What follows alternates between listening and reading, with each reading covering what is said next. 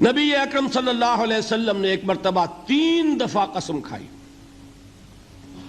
واللہ لا یؤمنو، واللہ لا یؤمنو، واللہ لا یؤمنو، خدا کی قسم وہ شخص مومن نہیں، خدا کی قسم وہ شخص مومن نہیں، خدا کی قسم وہ شخص مومن نہیں۔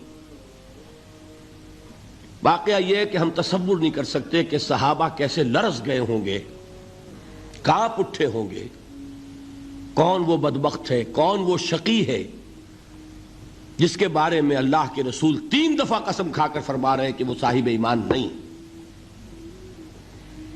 قیل من یا رسول اللہ، کسی نے ڈرتے ڈرتے پوچھا ہوگا اے اللہ کے رسول کس کے بارے میں ارشاد فرما رہے ہیں؟ اب جواب سنیے، الذی لا یامن جارہ بوائقہ، وہ شخص کے جس کی ایذا رسانی کی وجہ سے، جس کی بدخلقی کی وجہ سے اس کا پڑوسی امن میں نہیں ہے۔ یہ کوئی گناہ کبیرہ ہے؟ آپ کی فہرست میں تو گناہ ہی نہیں، کبیرہ کیا سوال، صغیرہ بھی نہیں۔ زیادہ آپ یہ کہیں گے کہ ذرا بد اخلاقی ہے، کج خلقی ہے، بس اچھا کردار کا معاملہ نہیں ہے، یہ کہیں گے، گناہ کی فہرست میں نہیں آئے گی بات۔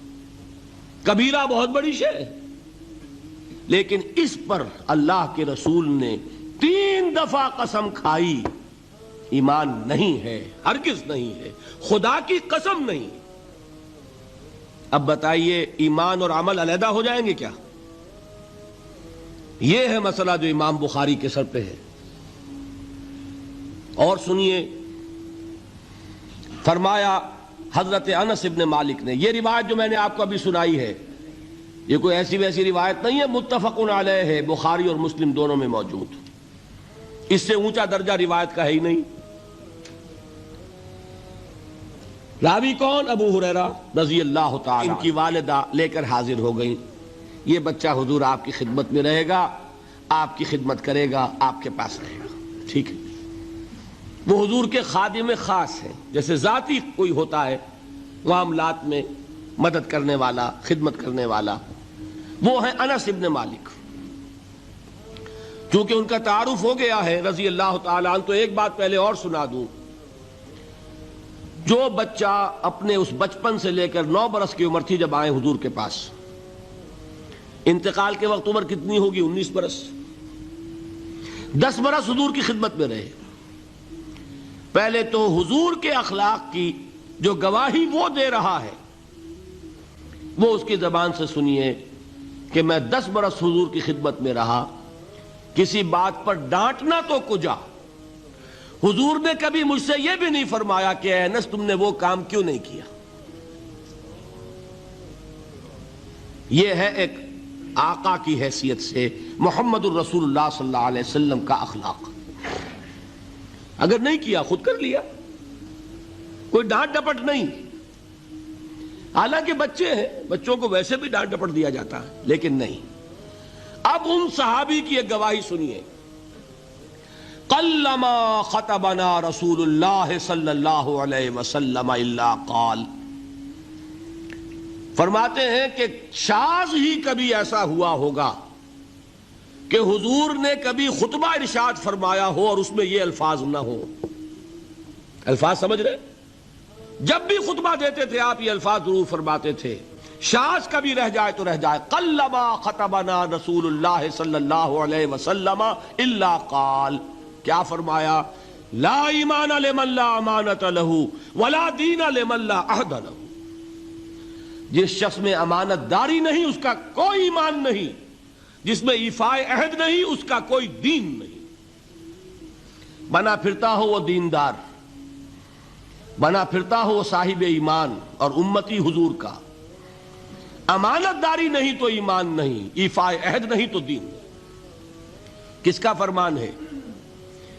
کسی آج کے زمانے کے مفتی کی بات نہ سمجھ لیجئے گا کہ جس کو آسانی سے آپ چاہیں تو رد کر دیں، یہ محمد الرسول اللہ صلی اللہ علیہ وسلم کا فرمان۔ اور سنیے پھر ایک متفق علیہ روایت بخاری اور مسلم کی، راوی پھر کون ہے؟ ابو ہریرہ رضی اللہ تعالیٰ عنہ۔ فرماتے حضور نے ارشاد فرمایا لا یزنی الزانی حین یزنی وہو مومن ولا یسرق السارق حین یسرق وہو مومن ولا یشرب الخمر حین یشرب وہو مومن. کوئی زانی حالت ایمان میں زنا نہیں کرتا. کیسے ممکن ہے؟ ایمان ہو اور زنا ہو جائے، پھر وہ ایمان دھیلے کا ہوا؟ کیا قدر و قیمت اس ایمان کی؟ وہ تو اٹھا کر پھینک دینے کی چیز ہے. ایمان اور اخلاق پہ اثر انداز نہ ہو، ایمان اور کردار کو نہ بدلے، ایمان اور عمل کو نہ بدلے تو کس مرض کی دوا؟ پھینکو اٹھا کر.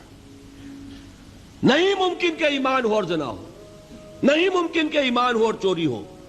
لا یسرق السارق حین یسرق وہو مومن.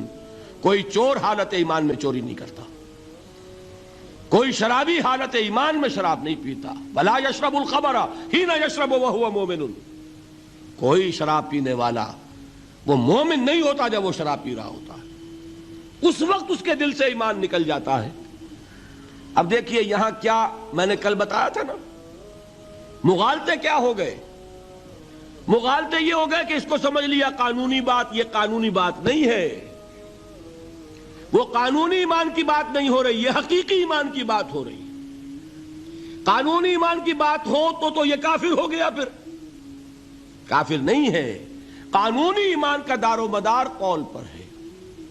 یہ وہ حقیقی ایمان ہے، قلبی یقین والا ایمان. اس کے بارے میں فرمایا جا رہا ہے وہ دل سے نکل جاتا ہے تو گناہ ہو سکتا ہے. ایک اور حدیث میں حضور نے اس کو اور واضح کر دیا، جب کوئی شخص گناہ کرتا ہے تو ایمان اس کے دل سے نکل کر اور اس کے سر پر منڈلاتا ہے جیسے پرندہ ہو. اگر توبہ کرتا ہے تو واپس لوٹ آتا ہے، توبہ نہیں کرتا تو رخصت ہو جاتا ہے. بتائیے کوئی اشتباہ رہ گیا؟ لیکن خدا کے لیے دو انتہاؤں سے اپنے آپ کو بچائیے. ایک انتہا یہ کہ اس حدیث کی بنا پر آپ کافر قرار دے دیں. یہ غلطی کس سے ہوئی؟ کل بتایا تھا بھائی، کس سے؟ خوارج سے. خوارج سے یہی غلطی ہوئی. وہ فارسی کا ایک مصرع ہے کہ مردی و نامردی قدم فاصلہ دارد. یہ باریک جیسے بال کا سا فرق ہوتا ہے لیکن زمین و آسمان کے نتیجے نکل آتے ہیں. انہوں نے ایسی حدیثوں کی بنا پر یہ فیصلہ کر دیا پھر اگر ایمان نہیں ہے تو کافر ہے. کتنا یہ آسانی سے نتیجہ نکل آیا. ایمان نہیں ہے تو کافر ہے. لا ایمان لمن لا امانت لہو. کوئی شخص امانت میں خیانت کرتا ہے تو اس میں ایمان نہیں ہے، ایمان نہیں ہے تو کافر ہے. کافر ہے تو مرتد ہے، مرتد ہے تو واجب القتل ہے. کہاں سے کہاں بات پہنچ گئی؟ بہت بڑی غلطی، بہت بڑی گمراہی. دوسری طرف ایک ہمارے ہاں اور انداز ہے کہ وہ جنت و دوزخ کے فیصلے اور قیامت کے اور آخرت کے فیصلے بھی قانونی اسلام کی بنیاد پر کرتے ہیں.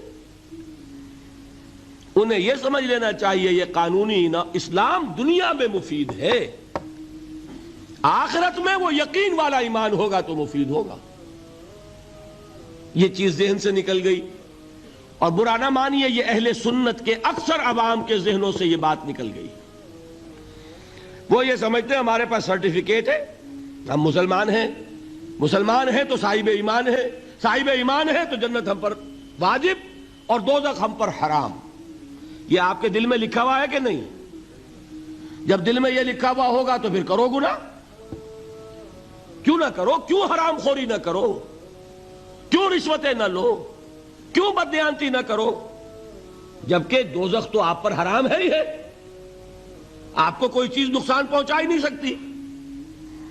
یہ مرجیہ کا عقیدہ تھا اصل میں. یہ دوسری انتہا تھی جو آج اہل سنت کے اکثر لوگوں کے دلوں میں بات بیٹھ گئی، عوام کے اندر، جہلا کے اندر. ان دونوں چیزوں سے بچیے. تیسری ایک غلطی کی اہل تشیع نے. انہوں نے کیا غلطی کی؟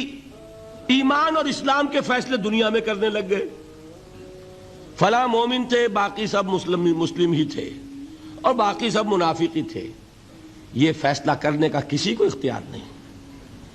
دنیا میں فیصلہ صرف یہ ہوگا کہ کافر تھا یا مسلمان، چھٹی۔ تیسری کیٹیگری آپ طے نہیں کر سکتے، اس لیے کہ قانونی اصطلاحات یہی دو ہیں۔ سمجھ لیجئے ان باتوں کو، مجھے کوئی دھواں دھار تقریر نہیں کرنی، بات سمجھانی ہے۔ دیکھیے، قانونی سطح پر انسانوں کی تقسیمیں ہوں گی صرف دو، یا مسلم یا غیر مسلم، یہ ہے قانونی تقسیم۔ اب جو مسلم ہے وہ مومن بھی ہو سکتا ہے، وہ منافق بھی ہو سکتا ہے، بات سمجھ رہے؟ لیکن منافق کوئی قانونی اینٹی نہیں ہے۔ دنیا میں ہم کسی کو منافق نہیں کہہ سکتے۔ ہاں، حضور کہہ سکتے تھے، حضور کو اللہ نے علم دیا تھا، لیکن حضور نے بھی ایسی پہرے داری کی ہے کہ کسی ایک شخص کے بارے میں بھی نہیں فرمایا کہ یہ منافق ہے۔ یہاں تک کہ جس کے بارے میں علم نشرہ ہو چکا تھا، عبداللہ ابن ابی، اس کی بھی نماز جنازہ پڑھا دی کہ نہیں پڑھا دی؟ نماز جنازہ کافر کی پڑھی جاتی ہے یا مسلمان کی؟ اس کا مطلب ہے عبداللہ ابن ابی کو بھی حضور نے آخری وقت تک مسلمان تسلیم کیا۔ منافق جو بھی ہے وہ اپنے اندر ہے، اللہ کے ہاں جا کر کھلے گا۔ فار آل لیگل پرپزز اے منافق از اے مسلم، بات سمجھ میں آئی؟ اس لیے کہ لیگل اینٹیٹیز دو ہی ہے، کافر اور مسلم۔ تیسری اینٹیٹی کوئی لیگل نہیں ہے، تیسری کوئی حیثیت قانونی نہیں ہے۔ اب ایک جو مسلم ہے وہ مومن بھی ہو سکتا ہے، منافق بھی ہو سکتا ہے۔ اس کا فیصلہ کہاں ہوگا؟ اللہ کے ہاں۔